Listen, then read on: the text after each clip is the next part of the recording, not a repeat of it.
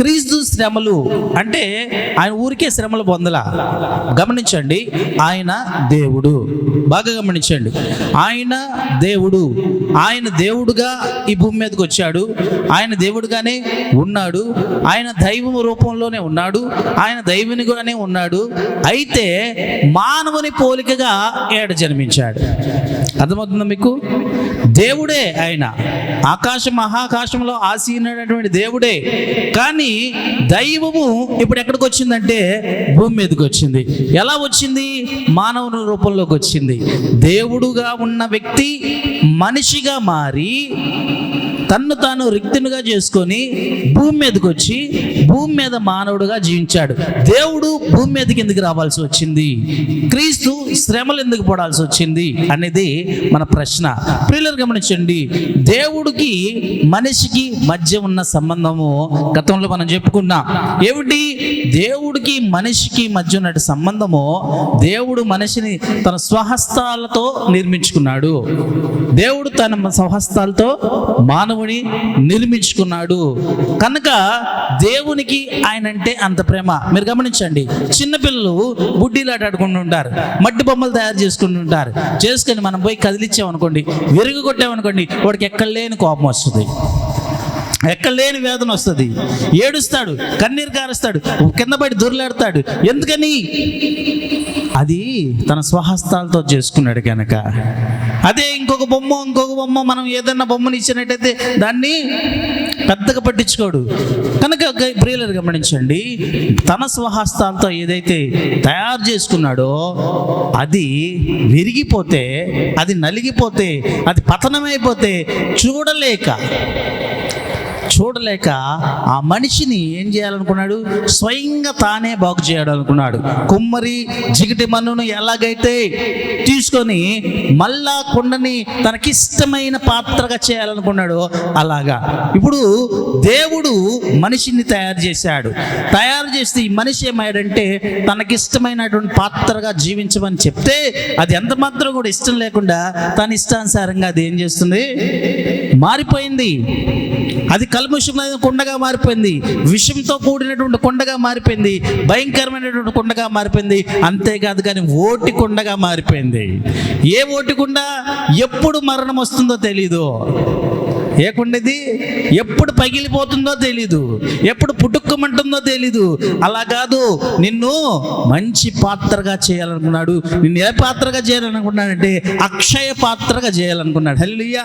ఈ అక్షయ పాత్రకి లోటు లేదు, దిగులు లేదు, ఇబ్బంది లేదు, కరువు లేదు, నష్టం లేదు, మరణం అంతకంటే లేదు. ఇది ఎక్కడ ఉండాలి? దేవుని సన్నిధిలో ఉండాలి, దేవుని దగ్గర అక్షయ పాత్ర ఉండాలి అని ఆయన ఏం చేశాడంటే నిన్ను నన్ను తయారు చేసుకున్నాడు. అయితే ఈ పాత్ర ఏమైపోయింది? అక్షయ పాత్రగా మారాల్సినటువంటి పాత్ర ఇప్పుడు ఏమైపోయింది?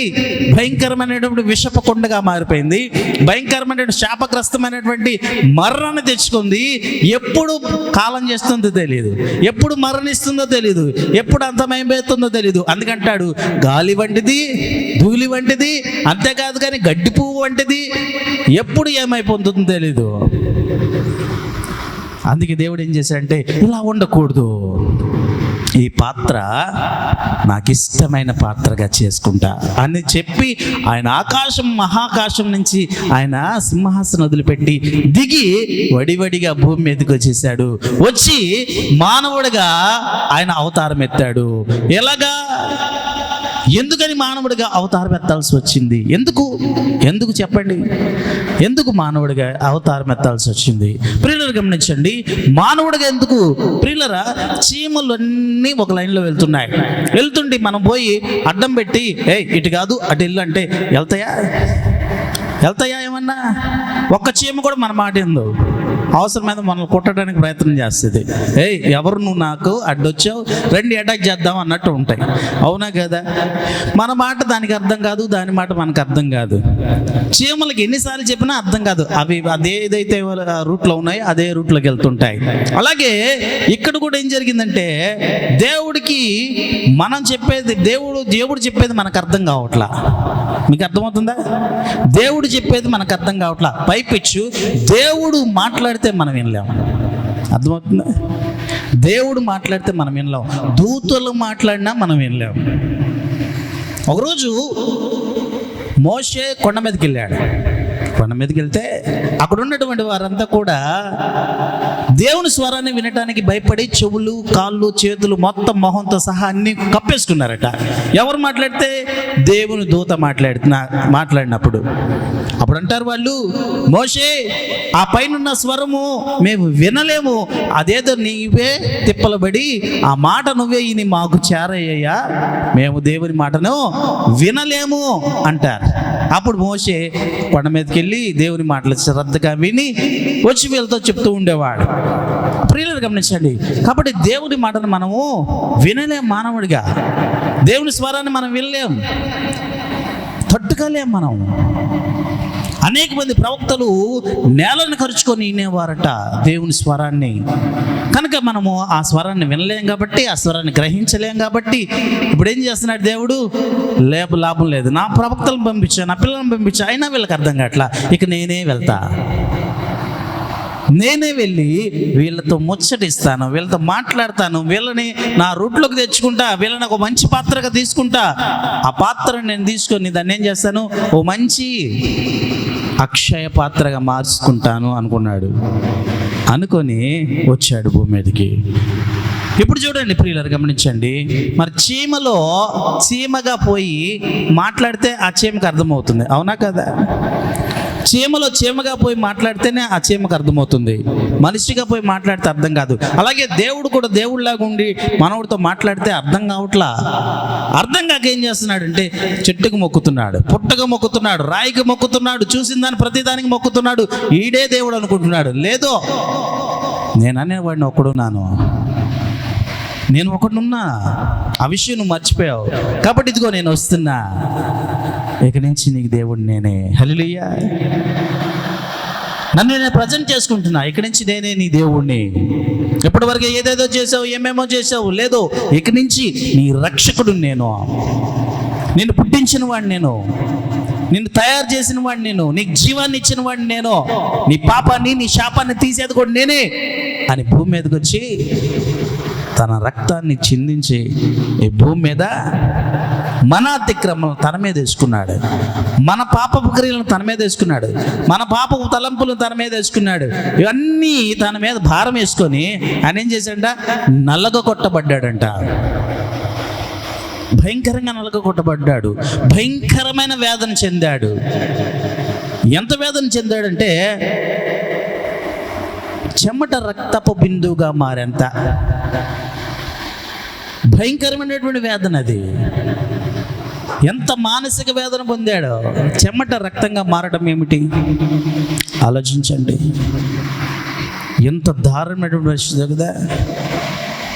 చెమట రక్తపు బిందుగా మారడం అంటే ఆ రోజు ఏం జరిగిందంటే, గెత్సెమనే వనంలో దేవుడు ప్రార్థించడానికి వెళ్ళినప్పుడు ప్రార్థన చేస్తున్నాడు. ఇంకాసేపట్లో ఆయన చనిపోయి ఆయన్ని సిలువ మరణానికి అప్పగిస్తారు, ఆయనకి తీర్పిస్తారు. భయంకరమైన సిలువ వేదనని అనుభవించాలి. ప్రార్థన చేస్తున్నాడు. హంతకులకి, దొంగలకి, ద్రోహులకి, నరహంతకులకి అప్పగిస్తారు. ఇక ఈ సిలువ వేదనని ఎలా తట్టుకోగలగాలి అని ఆయన ఏం చేశాడు, రాబోయే విపత్తు గురించి ప్రార్థన చేశాడు. మరి మనం ఏం చేస్తున్నాం?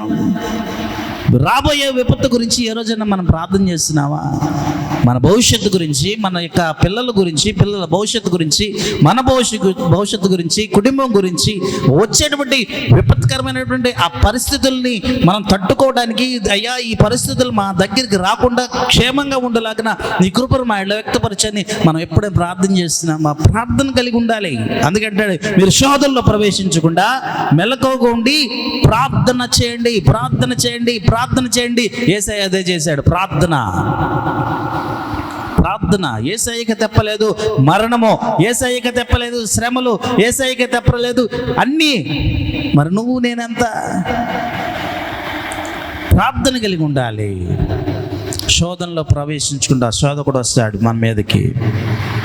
శ్రమల రూపంలోనో, ఆర్థిక పరిస్థితుల రూపంలోనో, అనారోగ్య సమస్యల ద్వారానో, మరొక సమస్యల ద్వారానో దేవుడు దానికి అవకాశం ఇస్తాడు. ఒక శోధకుడు వచ్చినప్పుడు మనం తట్టుకొని నిలబడగలగాలి. ఎందుకని? దేవుడే తన ముందు పాత్రను పెట్టాడు. ఏ పాత్ర అది? మరణం అనే పాత్రను పెట్టాడు. ఇదిగో భయంకరమైనటువంటి పాత్రను దేవుడు పెట్టాడు ఆయన ముందు. ఇప్పుడు యేసయ్య అంటాడు, అయ్యా నీ చిత్తమైతే ఈ పాత్ర నా యొద్ద నుండి తొలగించు. నీ చిత్తమైతే ఈ సమస్యని నేను తట్టుకోవడానికి శక్తినివ్వు. నీ చిత్తమైతే ఈ సమస్య నా దగ్గర నుంచి లేకుండా తీసేయి. అయినా సరే నీ చిత్తమే, అయినా సరే నీ చిత్తమే నా పట్ల జరగాలి. యేసయ్య ఒప్పుకున్నాడు. యేసయ్య స్వీకరించాడు పాత్రని, మరణాన్ని స్వీకరించాడు. ఎవరి కోసం అంటాడు, నేను మరణం పెట్టడానికి అధికారం ఉంది, తీసుకోవడానికి అధికారం ఉంది.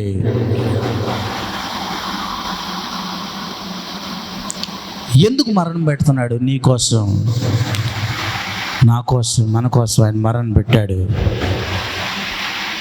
ఆయన శ్రమలు పొందడానికి కారణం నువ్వే. ఆయన శ్రమలు పొందడానికి కారణం మనమే. మన అతిక్రమలు బట్టే ఆయన శ్రమ పడ్డాడు. మన తలంపులు బట్టి ఆయన శ్రమ పడ్డాడు. మనం చేసిన పాపిష్టి పనుల వల్ల ఆయన శ్రమ పడ్డాడు. అంతేకాదు కానీ వేదన చెందాడు. ఎంత వేదన! రక్తపు బిందు మారేంతగా. చెమట రక్తంగా మారదు. కానీ ఏం జరిగింది? కొంతమంది పరిశోధన చేశారు. పరిశోధన చేసి ఏం చేశారు? అసలు చెమట రక్తంగా మారుతుందా అంటే మారదు. మరి ఏం జరిగింది?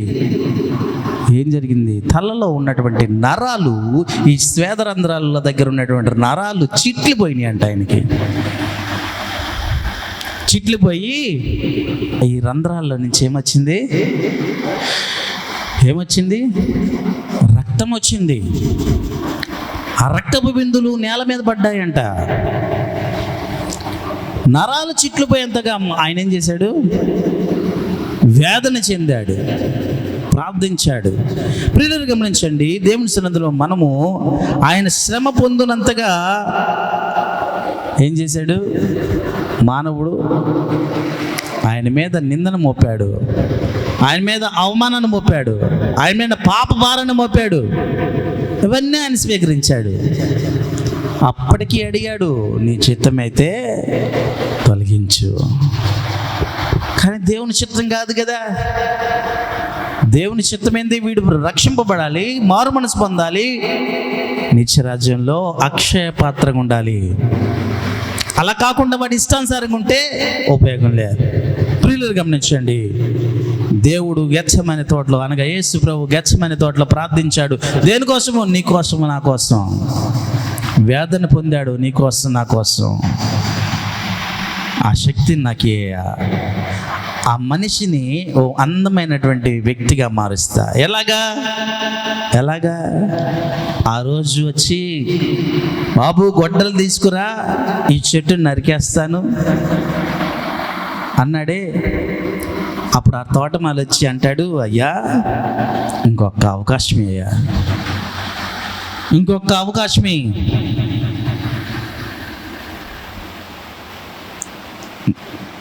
ఎంత దారుణమైనటువంటి పరిస్థితే కదా. దేవుడు నరికేయాలనుకుంటున్నాడు. యేసయ్య ఏం చేస్తున్నాడు? అడుగుతున్నాడు. అలాగే గెత్సెమనే తోటలో కూడా నీ కొరకు, నా కొరకు, మనందరి కొరకు ఆయన ఏం చేశాడు?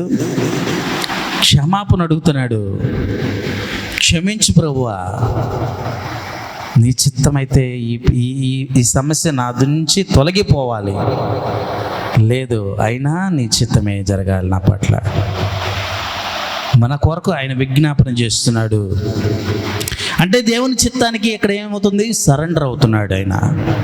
మరి నువ్వు నేనేం చేస్తున్నావు? మనం ఏది అనుకుంటే అదే చేస్తాం. మనం ఏ తలంపులు అనుకుంటే ఆ తలంపులు చేస్తాం. మనం ఏ క్రియలు అనుకుంటే ఆ క్రియలు చేస్తాం. మన ఊహల్లో ఏది ఉంటే అదే చేస్తాం. మనం ఏం చేస్తామంటే దేవునికి ప్రార్థన చేసేటప్పుడు నీ చిత్తమే నా పట్ల జరిగించాలన్నాం. ఏమంటాం చెప్పండి? ఏమంటాం? అయ్యా అలా కాదు ఇలా చేయయ్యా, ఇలా కాదు అలాగే చేయయ్యా, అదిగో అక్కడ నాకు ఆ జాబ్ నాకు రావాలి, ఆ జాబ్ నాకు వచ్చేలాగా చేయయ్యా, అక్కడ ఉన్న అధికారులతో మనసు మార్చయ్యా. మన ప్రార్థన ఇది కదా. అదిగో ఆ అమ్మాయిని మేము అనుకుంటున్నాం అయ్యా, వాళ్ళ బంధువులందరూ కూడా ఆ మనసు మార్చి మాకు అనుకూలంగా వచ్చి ఆ అమ్మాయిని మేము చేసుకునేలాగా, ఈ అబ్బాయికి చేసుకునేలాగా మాకు అక్కడున్న పరిస్థితులను మాకు అనుకూలంగా మార్చాయా. అంటే ఇక్కడ దేవుడి నిర్ణయం లేదు, దేవుడి ఆలోచన లేదు, దేవుని చిత్తం లేదు, ఇది మన చిత్తం. ఎవరిని పెళ్లి చేసుకోవాలి, ఎవరు ఏ జాబ్ కావాలి, ఏ ఉద్యోగం కావాలి, ఎలా బ్రతకాలి, ఎలా బ్రతకూడదు మనమే నిర్ణయించుకుంటాం. మన జీవితాన్ని మనమే నిర్ణయించుకుంటాం కాబట్టి మన స్థితులు అలాగ ఉంటున్నాయి. మన జీవితాన్ని దేవుని చిత్తానికి అప్పగించాలి. యేసయ్య అదే చెప్పాడు, నీ చిత్తమే జరగాలి, నీ చిత్తమే జరగాలి నా పట్ల. ఒక మాదిరికరమైన జీవితాన్ని దేవుడు ఈ క్రీస్తు మనకు నేర్పిస్తున్నాడు. ఆ క్రీస్తు మనకు నేర్పించే మాదిరికరమైన జీవితం ఏంటి? దేవుని చిత్తానికి మనము సరెండర్ అవ్వాలి, ఆయన చిత్తానికి మనం లోబడాలి. మనం ఏం చేస్తున్నాం? మన ఇష్టానుసారంగా మనము ఆయనకి డైరెక్షన్స్ ఇస్తాం, ఆయనకి డైరెక్షన్ ఇస్తాం. ఎప్పుడు కూడా యేసయ్యకి, దేవునికి ప్రార్థనలో డైరెక్షన్ ఇవ్వకండి. ఏదేమైనా నీ చిత్తం జరగాలి ప్రభువా. పాట ఉంది కదా, ఎన్ని తలచినా ఏది జరిగినా జరిగేది నీ చిత్తమే. నేను ఎన్నో అనుకుంటా, ఏమేమో చేస్తా ప్రభువా, జరిగేది నీ చిత్తమే. పాడండి పాట.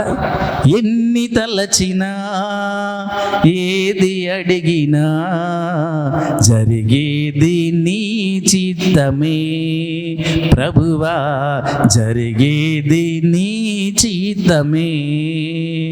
ఎంత బాగుంది కదా. ఎన్ని తలిచినా ఏం చేసినా జరిగేది నీ చిత్తమే.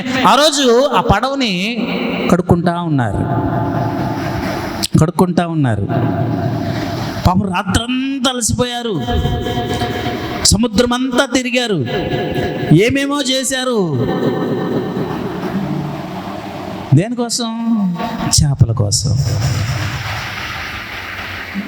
రాత్రంతా ప్రయాసపడి తెల్లారేసరికి ఒక్క చేప కూడా దొరకలేదు. దొరక్కపోతే వాళ్ళు ఏం చేస్తున్నారు? నిస్సహాయ స్థితిలో నిరుత్సాహంగా వచ్చి ఆ వలలన్నీ కూడా ఒడ్డుకు తెచ్చుకొని ఆ పడవలను కట్టేసి చక్కగా వలలు కడుక్కుంటా ఉంటే యేసయ్య దూరాన్ని చూశాడు. ఎవరిని? అనిస్సహాయ స్థితిలో ఉన్నవారిని. ఏమో చేశారు, ఏదేదో చేశారు. ఈరోజు నా చిత్తాన్ని వారి పట్ల నిజం చేస్తా. హల్లెలూయా. నేను ఏమనుకుంటున్నానో వారి పట్ల నేను అది జరిగిస్తా. దేవుని చిత్తం ఏమిటది? దేవుని చిత్తం. ఈరోజు వారి పట్ల నా ప్రణాళిక ఎలా ఉంది, వాళ్ళ పట్ల నా ప్రణాళిక, నా విజన్ ఏమై ఉంది, వారిని నేను ఎలా పాత్రలుగా మార్చుకుంటున్నానో నేను వాళ్ళకి చూపిస్తా అని వెళ్ళి పేతురు కాస్త లోపలికి తీసుకెళ్తావా పడవని అంటే, ప్రభువా భలేవారే, నిన్నెందుకు ఎక్కించుకోము అని చెప్పి ఎక్కించుకున్నారు. సరే ఎక్కించుకుంటే యేసయ్య ఎక్కి కూర్చున్నాడు. మరి కాస్త లోపల తీసుకెళ్తావా? తీసుకెళ్తాను, ఎందుకు తీసుకెళ్ళను అని చెప్పేసి తమ్ముళ్ళని పిలిచాడు. సరే ఎక్కారు, వలలు లోపల వేశారు. ఎందుకంటే ఆడబడి చెప్తేట వాళ్ళు పడవలో ఉండాలి, పడవలు వేశారు. సరే కొంచెం లోతుకి వెళ్ళిన తర్వాత, ఇప్పుడు నీ వల్ల వేస్తావా? అర్థమైందా మీకు? కొంచెము లోతు. ఇప్పుడు బాగా గమనించండి. వీళ్ళు సముద్రం అంతా తిరిగారు. ఎప్పుడు? రాత్రంతా. చేపలు పట్టేది ఎప్పుడు? రాత్రి. చేపలు జనరల్గా జాలర్లు వేటకి వెళ్ళినప్పుడు ఈ మత్స్యకారులు ఏం చేస్తారంటే రాత్రులు మాత్రమే సముద్రం మీద ప్రయాణం చేస్తారు. రాత్రులు మాత్రమే వేటకి వెళ్తారు. రాత్రంతా పడవల్లో ఆడుండి వలలు వేసుకొని తర్వాత ఉదయాన్నే తెచ్చుకుంటారు. చక్కగా నైట్ పూట ఆ యొక్క వలలో చేపలు పడతాయి. కానీ వీళ్ళు ప్రయాసపడ్డారు, ఆ క్రమం చెప్పునే ప్రయాసపడ్డారు, హ్యాపీగా వెళ్ళారు, సరదాగా తిరిగారు, ప్రయాసపడ్డారు, కానీ ప్రయోజనం లేదు. యేసయ్య చెప్పాడు, ఇదిగో కొంచెం లోతుకు తీసుకెళ్ళి, కొంచెం లోతే, సముద్రం అంత కాదు. ఇప్పుడు అంటాడు యేసయ్య, ఇప్పుడు వలలు వేయండి. ఓ ప్రభువా, రాత్రంతా మేము ప్రయాసపడ్డామయ్యా. ఓ నా ఏలినవాడా, రాత్రంతా ప్రయాసపడ్డాం, రాత్రంతా గాలిచ్చాం అని, అయినా సరే నీ మాట చొప్పున, హల్లెలూయా చెప్పండి, చప్పట్లు కొట్టండి, అయినా సరే నీ మాట చొప్పున వలలు వేస్తాం. ఇది కావాలి, నీ మాట చొప్పున, నీ చిత్తం చొప్పున నా పట్ల జరగాలి. ఏం చేశాడు యేసయ్య? చెప్పాడు. వీళ్ళేం చేశారు? మాకు తెలుసులేవయ్యా, రాత్రంతా మేము వేసాము, వాళ్ళ ఒక్క చేపబడల ఇప్పుడైతే వచ్చింది అయింది, అది కూడా లోతుకు పోకుండా ఇక్కడే ఈ ధరనే అయ్యమంటున్నావు అట్లాగా అని చెప్పలా, ప్రయాసం చెప్పారు. యేసయ్య కూడా ఏం చేశాడు? నీ చిత్తమైతే ఈ పాత్రను తొలగించు, అయినా సరే నీ చిత్తమే జరగాలి. శిష్యులు కూడా అదే చేస్తున్నారు, నీ చిత్తమే జరుగును గాక. రాత్రంతా ప్రయాసపడ్డామయ్యా, కానీ నీ చిత్తమే జరుగును గాక అని ఎప్పుడైతే తమ వలలు వేశారో, వేసిన వెంటనే విస్తారమైన చేపలు పట్టిరి. హల్లెలూయా. ఎన్ని చేపలంటే ఇంచుమించుగా తమ స్నేహితులని పిలిచారంట, ఆ పక్కనున్న వారికి సంజ్ఞలు చేశారంట, పిలిచి రండి, మీరు వచ్చి మా వలలు పిగిలిపోతున్నాయి, మీరు వచ్చి మీ దోణలతో వచ్చి ఈ వలలో ఉన్నటువంటి చేపలు మీ దోణిలో కూడా వేయండి అంటే, ఇంచుమించుగా ఆ దోణిలు 2 దోణెలు నిండిపోయాయంట. వీరులు ఉన్న దోణె, ఇంకొక దోణె, విస్తారమైన చేపలు. అప్పుడు పేతురు అనుకున్నాడు, మా జీవితంలో ఎప్పుడు కూడా ఇన్ని చేపలు పట్టలేదు. హల్లెలూయా. మా జీవితంలో ఎప్పుడు కూడా ఇన్ని చేపలు పట్టలేదయ్యా. అప్పుడు యేసయ్య అన్నాడు, నీ జీవితంలో ఎప్పుడు కూడా నువ్వు నా మాట విన్నావు, నా మాట విన్నందుకే నువ్వు ఎప్పుడు కూడా ఇన్ని చేపలు పట్టలేదు కదా. ఇక నుంచి నా మాట వింటే నిన్నేం చేస్తాను? నీ జీవితంలో అంతా మార్పే. నువ్వు ఎప్పుడూ చూడని అద్భుతాలు చూస్తావు, ఎప్పుడూ చూడని ఘనమైన కార్యాలు చూస్తావు. నువ్వు ఇప్పటి వరకు చేపలు పట్టేవాడిగా ఉన్నావు, ఇక నుంచి నువ్వు మనుషులు పట్టేవాడిగా ఉంటావు. నీ జీవితాన్ని మార్చేస్తా, నా మాట వింటావా? వింటాను ప్రభా, అయితే నాతో వచ్చి. వెంటనే ఏం చేశాడు తెలుసా? పడవలు వదిలేశాడు, వలలు వదిలేశాడు, ఇంకా తన కుటుంబాన్ని వదిలేశాడు, ప్రాంతాన్ని వదిలేశాడు, యేసయ్యతో వెంబడించాడు. హల్లెలూయా. అది దేవుని చిత్తం. ప్రియులను గమనించండి, ఇలా చెప్పుకుంటూ పోతే క్రీస్తు శ్రమల ధ్యానాలు అనేకమైన ఉంటాయి, అనేకమైన అంశాలు. మన సమయం సరిపోదు, అందుకే దేవుని చిత్తంతో మొదటిగా దేవుని చిత్తంతో నేను ముగిస్తున్నా. కనుక దేవుని చిత్తాన్ని మనము చిత్తం బట్టి మనం ముందుకు వెళ్ళాలి. తలవంచండి, ప్రార్థించుకుందాం. ప్రేంగుల తండ్రి, దయగల రాజా, నీ కృప కొందాదులు చేస్తున్నాం. మాతో మా అందరితో కూడా మాట్లాడాలని బట్టి కొందాదులు చేస్తున్నాం. నీ అపారమైన ప్రేమ చేత బలపరిచారు, ఆశీర్వదించారు. ఈరోజు నాతో మాట్లాడారని బట్టి కొందాదులు చేస్తున్నాం. ఈ సమయంలో ప్రభా చేరి నీ బిడ్డలను దీవించండి, ఆశీర్వదించండి.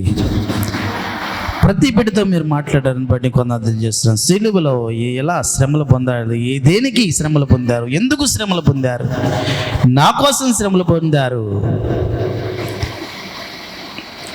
శ్రమలు పొందారు నన్ను ఒక మంచి పాత్రగా చేయాలని. మీ విజన్ని నాలో చూస్తున్నా. మీరు నా యొక్క ఊహలు ఇవన్నీ కూడా మీరు ఎప్పుడో కలగన్నారు. అవన్నీ నిజం చేయడానికి, అవన్నీ కూడా మా ముందు కార్యరూపం దాల్చడానికి ప్రభు మీరు పడ్డటువంటి శ్రమ, నేను ఎప్పుడో చేయి జారిపోయేవాడిని, నా చేయి పట్టుకున్నారు. మంచి పాత్రగా మార్చడానికి, అక్షయ పాత్రగా మార్చడానికి, ఏదో ఓటి కుండగా కాదు, ఏదో అవతారపు కుండగా కాదు, పక్కన పడేసే కుండగా కాదు, కానీ ఓ మంచి పాత్రగా చేయడానికి. మరి నేనేం చేస్తున్నాను? నీ చిత్తానికి తల ఒగ్గట్లా. మీరేం చేశారు? తండ్రి చిత్తానికి తల వంచారు. నేను నీ చిత్తానికి తల వంచట్లేదు. పేతురు ఏం చేశాడు? మీ చిత్త ప్రకారం జరగాలి అన్నాడు. నీ మాట తప్పు నేను జరగాలన్నాడు. ముందుకు నడిచాడు. ఆశీర్వాదకరంగా నీ శిష్యుల్లో ఒకానొక శిష్యుడిగా చేసుకున్నారు. నన్ను కూడా, మమ్మల్ని కూడా నీ చిత్తానికి తల వంచేటువంటి కృపను తెచ్చమని ఈ శ్రమల దినాల్లో మమ్మల్ని దీవించి ఆశీర్వదించమనుచున్నాం. సంఘమును దీవించండి, ఆశీర్వదించండి. సంఘ సభ్యులను దీవించండి, ఆశీర్వదించండి. చేరు వస్తున్న ప్రతి బిడ్డని జ్ఞాపకం చేసుకోమనుచున్నాం. ఈ శ్రమల దినాల్లో పాల్గొంటున్న ప్రతి బిడ్డను దీవించండి, ఆశీర్వదించమని అడుగుచున్నాం. రాలేక వెనకబడుతున్నాడు ప్రతి బిడ్డని జ్ఞాపకం చేసుకోమనుచున్నాం. ఈ ఆధ్యాత్మికంగా నీ సన్నిధిలో గడపాల్సినటువంటి సమయాన్ని వారు వృధాగా చేసుకుంటున్నటువంటి అయ్యా తండ్రి, వారిని క్షమించమని అడుగుచున్నాం. నీ సన్నిధిలో ఆత్మీయంగా బలపడాలి, నీ సన్నిధిలో ఆధ్యాత్మికంగా బలపడాలి, నీ సన్నిధిలో ప్రార్థనాపూర్వకంగా జీవించాలి, నీ సన్నిధిలో ఆత్మీయంగా గడపాలి, సంఘముగా చేరాలి. అయ్యా తండ్రి, తమ కార్యకలాపాల వల్ల, తమ పనుల వల్ల నీ సన్నిధికి రాలేకపోతున్నాను, క్షమించండి. నిశ్చితమైన మరొక దినం వారికి నీ సన్నిధికి వచ్చేలాగా వారిని బలపరచమని అడుగుచున్నాం. అలాగే ప్రభువా, అయ్యా తండ్రి, సంఘంలో ఉన్నాడు ప్రతి బిడ్డగా జ్ఞాపకం చేసుకోండి. ఎవరైతే అనారోగ్య సమస్యల చేత బాధపడుతున్నారో అటు వారందరినీ జ్ఞాపకం చేసుకోండి. అనారోగ్య సమస్యల ప్రభువా మీరు ముట్టండి. పేతురు అతను ముట్టారు, బాగుపడింది. అనేక మందిని స్వస్థతపరిచారు, బాగుపడ్డారు. ఈరోజు ప్రభు మా సంఘములో ఎంతమంది అయితే అనారోగ్య సమస్యల చేత బాధపడుతున్నారో ప్రతి ఒక్కరిని మీరు తాకండి. మీ గాయపడిన హస్తం చేత ముట్టండి. అరికాలు మొదలుకొని నడినెత్తి వరకు అయ్యా తండ్రి ప్రభా ప్రతి శైలిని మీరు తాకమని అడుగుచున్నాం. నీ కృపలో వారిని రక్షించండి, ఆరోగ్యవంతులుగా మార్చమని అడుగుచున్నాం. నీ కృపా కనికరాన్ని వారి మీద ఉంచమని అడుగుచున్నాం తండ్రి. ఏ ఒక్క పాపి నశించకపోవడం అయ్యా నీకు ఇష్టం లేదు. ప్రతి ఒక్కరూ రక్షింపబడాలి, ప్రతి ఒక్కరూ ఆరోగ్యంగా ఉండాలి, ప్రతి ఒక్క కుటుంబంలో సమాధానం ఉండాలి, సంతోషం ఉండాలి, నెమ్మది ఉండాలి. అయ్యా తండ్రి, ప్రతి కుటుంబంలో ఆనందము. నీ సన్నిధిలో ప్రభు ప్రతి గిరీటాన్ని జ్ఞాపకం చేసుకోమని వచ్చిన ఎంతోమంది ఆర్థిక పరిస్థితిలో ప్రభు దారుణమైన స్థితిలో ఉంటున్నారు. అయ్యా తండ్రి, వారి జ్ఞాపకం చేసుకోమని వచ్చినాం. అప్పుల సమస్యలు, ఆర్థిక సమస్యలు, అయ్యా తండ్రి ప్రభు ఈ సమస్యల చేత ప్రభు కొట్టిమిట్ట ఆడుతున్నారు. అటు వారికి జ్ఞాపకం చేసుకోయ్యా, నీ కృపలో బలపరచండి, నీ సహాయం నాకు అనుగ్రహించండి, మార్గాలు తెలవండి, సమస్యలు పోవునట్లుగా. అయ్యా తండ్రి, వారి ఆర్థికంగా వారి పనుల్లో వారిని ముందుకు నడిపించండి, కావలసినటువంటి సహకారం మీరు అందించండి. నీ కృపను వారి ఎడల వ్యక్తపరచని నడుచిన అయ్యా తండ్రి ప్రభా, ఇంకా ప్రభా రక్షింపబడాల్సినటువంటి నీ పిల్లల ప్రభా ఎంతోమంది ఉన్నారు. యవన బిడ్డలు ఉన్నారు, పెద్దవారు ఉన్నారు, వృద్ధులు ఉన్నారు. సంఘములో ప్రతి బిడ్డ రక్షింపబడాలి. మీరు అక్కడలో ప్రతి బిడ్డ ఎత్తబడాలి. మీరు అక్కడ వచ్చినప్పుడు ప్రతి బిడ్డ మీకు అప్పగించబడాలి. నీ సన్నిధిలో ఒక పాపిని నశించుకోవడం మీకు ఇష్టం లేదు. ప్రతి ఒక్కరిని రక్షించండి, ప్రతి ఒక్కరిని ఆశీర్వదించండి.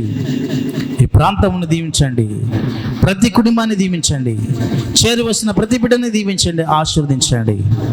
అయ్యా నీ కృపలో అయ్యా తండ్రి ప్రభా, నీ యొక్క సన్నిధిలో ప్రభా చేరిన అయ్యా నాతోను మాతోను మా అందరితో కూడా మీరు మాట్లాడినటువంటి ఈ అమూల్యమైన మాటలు మా హృదయాల్లో భద్రపరుచుకొని అయ్యా తండ్రి వాక్యానుసారంగా జీవించుటకు కృపను దయచేయమని నడిచిన ఎంతమంది అయితే ప్రార్థన అవసరతలు ప్రభువా అయ్యా తండ్రి నీ సన్నిధిలో వారు విన్నవించుకున్నారో అవన్నీ కూడా మీరు జరిగించమని నడిచిన సంఘ కాపరాన్ని దీవించండి, ఆశీర్వదించండి. అయ్యా తండ్రి సంఘ కాపరి యొక్క అయ్యా తండ్రి ఆరోగ్యం బట్టి ప్రార్థించండి, కృపలో బలపరచండి. పరిచర్యను బట్టి ప్రార్థిస్తున్నాం, ఆశీర్వదించండి. వస్తున్నప్పుడు వెళ్తున్నప్పుడు నీ కృపను తన మీద వ్యక్తపరిచి నీ కాపుదలను ఉంచమని నడిచిన అయ్యే తండ్రి, అనేక మంది ప్రాంతాల్లో ప్రభావ నీ సేవకుని ప్రభావ బలంగా వాడుకోమని వచ్చిన నీ సన్నిధిలో వాడుకుంటున్న విధానం బట్టి నీకే మహిమ కలుగాక. అయ్యే తండ్రి, ఈ సంఘము ప్రభా నీ యొక్క ప్రేమకు నిదర్శనము, మీరు మాతో ఉన్నారు అన్నదానికి సాదృశ్యము, సాక్ష్యము, మీ ప్రేమను మా ఇళ్ళ వ్యక్తపరుస్తున్నారు. నీ చేయి విడవలేదు అన్నదానికి నిదర్శనము ప్రభా. ఈ సంఘం ప్రభా ఆశీర్వదించినందుకు వందనాలు తెలియజేస్తున్నాం. మీరు నివసిస్తూ బలపరుస్తున్న విధానం బట్టి నీకే మహిమ కలుగాక. అనేక మందిని తోడుకొస్తున్న విధానం బట్టి నీకే మహిమ కలుగాక. ఇంకా నీ సన్నిధిలో ప్రభువా అనేక మందికి ప్రభువా ఆశీర్వదకరంగాను దీవెనకరంగాను నీ యొక్క రాకడల ప్రభువా అనేక మంది బిడ్డను నీకు అప్పగించుటకు నీకు మా ఇళ్ళ వ్యక్తపరిచి సంఘము ప్రభువా తలగా ఉంచమని ఆశీర్వదించమని, విజృంభిస్తున్నటువంటి ప్రతి విధమైనటువంటి సాతాను అంధకార శక్తులను యేసు నామములో దూరపరిచి మీ కంచెను వేయమని మా ప్రభువును మా ప్రియరక్షకుడైన యేసయ్య పరిశుద్ధ నామములో అడిగి వేడుకొనుచున్నాం మా తండ్రి. ఆమేన్, ఆమేన్.